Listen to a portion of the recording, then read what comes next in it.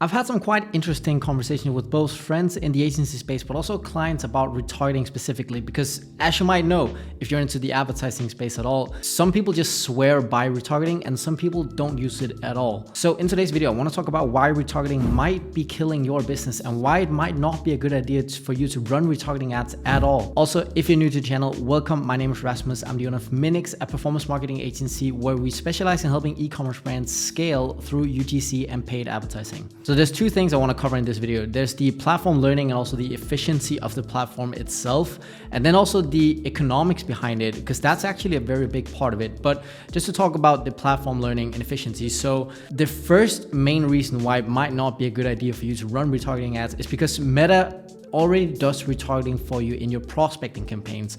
So if you've ever looked at Shopify UTMs or you ever looked at attribution platforms like Triple Whale, you already know that even though you might have a prospecting campaign, and even if you do all the exclusions in your ad sets, so you exclude website visitors, you exclude social interactions, you exclude previous buyers, Facebook will still manage to show your ads to previous customers, because the data, it's just unrealistic that Meta will pick up on 100% of all the data points that you give them and then can exclude 100% of your audience or your targeted audience that you wish to exclude. Even though you might have a 3-campaign setup or whatever with prospecting, and you have middle of funnel and bottom of funnel, or however you want to set it up.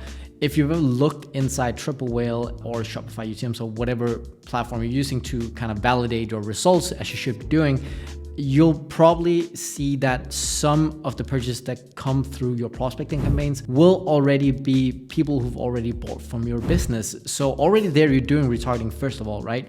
And then the second reason is that campaigns and ad sets work better with more learning. So when you only do broad targeting or you only do prospecting campaigns, right, as we want to call them, you basically just optimize for more learning, because you have in Meta, you know this, you have your ad sets which has the learning phase, right? And if you can get 50 conversions over a 7-day period, you'll exit the learning phase. And if you exit the learning phase, that basically just tells you as an advertiser that Meta has generated enough data points, has optimized your ad sets so that it can generate you lower CPAs but also more stable performance. So you basically make your ad sets more efficient. And obviously how you set up your prospecting campaigns, like we have our own system with 3 different prospecting campaigns, but they serve a different purpose. But depending on your budget, you might want to have very, very few ad sets, or you might want to have a lot just to kind of expose yourself and mitigate risk.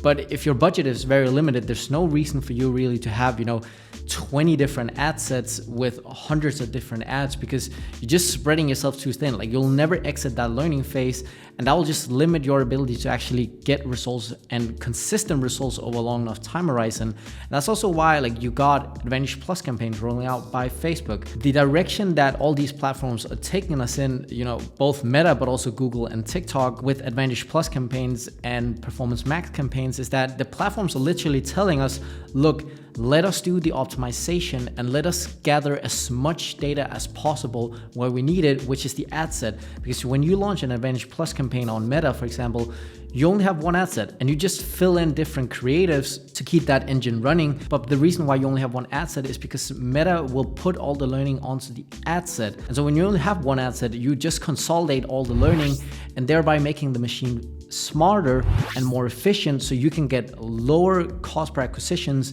and a higher return on ad spend, and therefore you get just more bang for your buck, right? So really all campaigns are retargeting campaigns, right? As I told you, even if you do prospecting campaigns, Meta will target people who've already bought from you, because if you optimize for conversions and you optimize for purchases, Facebook knows who's in the market. And if you're a previous customer for a specific brand, you are an ideal customer, right? You're someone who's probably going to get shown an ad from that brand because you already bought from it. So Facebook knows, okay, you have a high interest in this business, right? And Meta already knows as well who's in the market for what. So not only is all campaigns retargeting campaigns because of the intent, but Meta also knows that if you've been out looking for sneakers, right? You've been visiting Nike and Adidas looking for some running shoes. Meta knows that. So even though you might be going broad and you think, okay, this is a cold audience, the person who's getting the ad shown to them are in the market looking for running shoes if you're someone selling running shoes. So for them, it's not a new thing. Yeah, sure, the brand might be new, but the product is something they're actively in the market for. So therefore, it's everything is really just about retargeting. It might be the first time they hear about your specific brand, but the product they've already been looking at. And that's why when you go broad, for example, that's why you can still get purchases. Because when you think about it, isolated, okay, I'm just gonna target if I'm running ads in the US, like there's 360 million people. I would never be able to get purchase from that, right? Because you would just be spreading yourself too thin. But the reason why you want to be going broad is because Meta knows who exactly are looking at other websites, because every single website has a Facebook pixel on there nowadays. Meta will be able to know that, okay, out of these 350 million, this specific cohort of people have been looking at running shoes, therefore we're gonna target them. And when you do interest-based targeting, you're basically limiting yourself and limiting Meta in their ability to actually find you new customers. So that's the platform side of things, right? Let's just look at the economics here. So I wrote down an example here. Let's say you have a new customer acquisition cost, so an NCP of $40, right? And your average order value in your business is 80. So that's the first time purchase. On average, a new customer buys for $80, right? That means that 80 divided by 40, that's your new customer return on ad spend. So that's 2x, right? So you get your money back 2 times in this scenario, right? You pay $40 to acquire a customer and that person buys for 80. Let's say your lifetime value is 200. That means that if you play the long game, which is what the big people in the e-commerce space are doing, they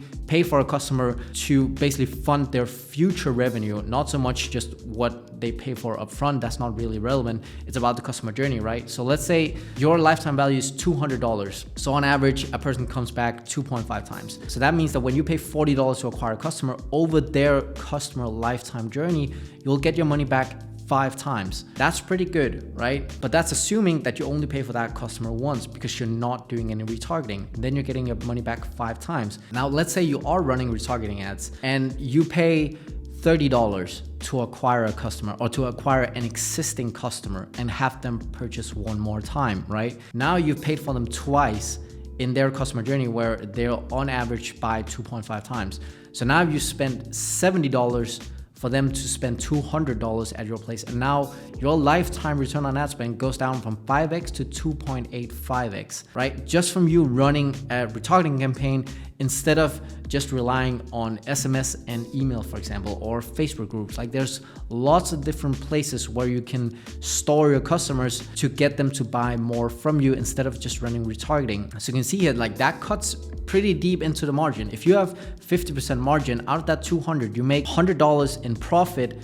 If you only pay for the customer once, you spend 40, that means you're netting 60. If you also run retargeting and you spend $30 more to acquire that customer, now you'll only be netting $30. So you're basically slicing your net profit on your lifetime value from a customer by 50%. So it can become quite expensive to run retargeting ads, and it can become very expensive very, very quickly. So yeah, that's sort of what I wanted to get to here, is that maybe retargeting is not the best thing for you.